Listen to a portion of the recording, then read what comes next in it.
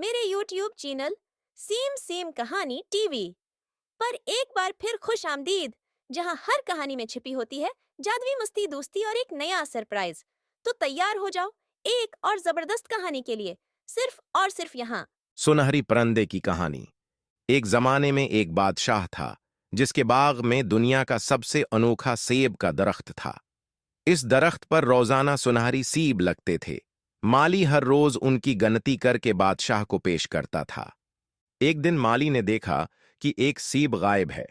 बादशाह को खबर मिली तो वो सख्त नाराज हुआ और कहा, चोर को हरगिज माफ न किया जाए।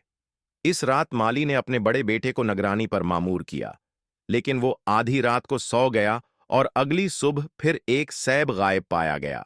अगली रात दरमियाने बेटे को निगरानी पर लगाया गया, लेकिन वो भी सो गया और एक और सेब गायब हो गया। तीसरी रात माली के सबसे छोटे बेटे ने पहरा देने की ख्वाहिश जाहिर की। आधी रात को जब घंटा 12 बजा तो एक चमकता हुआ सुनहरी परिंदा आसमान से उतरा और अपनी चोंच में एक सुनहरी सेब ले गया। लड़के ने उस पर तीर चलाया, परिंदा बच निकला, लेकिन उसका एक सुनहरी पर गर कर जमीन पर रह गया। अगली सुबह ये पर बादशाह को दिखाया गया। मुशीरों ने कहा, यह पर पूरी सल्तनत से ज्यादा कीमती है, हमें पूरा परिंदा चाहिए।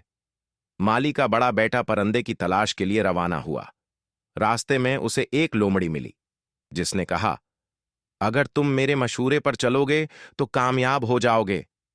मगर लड़के ने उस पर तीर चलाया, वो बच निकली। इसी तरह दरमियाने बेटे के साथ हुआ। वो भी खूबसूरत सुराय का इंतखाब करके भटक गया। आखिर में छोटे बेटे ने जाने की इजाजत मांगी। उसने लोमड़ी की बात मानी, बदहाल सराय में क़ियाम किया और हर कदम पर उसके मशूरे पर अमल किया। यूं वो सुनहरी परिंदे तक पहुंचा, लेकिन जब उसने हर कदम पर उसके मशूरे पर अमल किया, सुनहरी पंजरे में परिंदे को डालने की कोशिश की तो पकड़ा गया।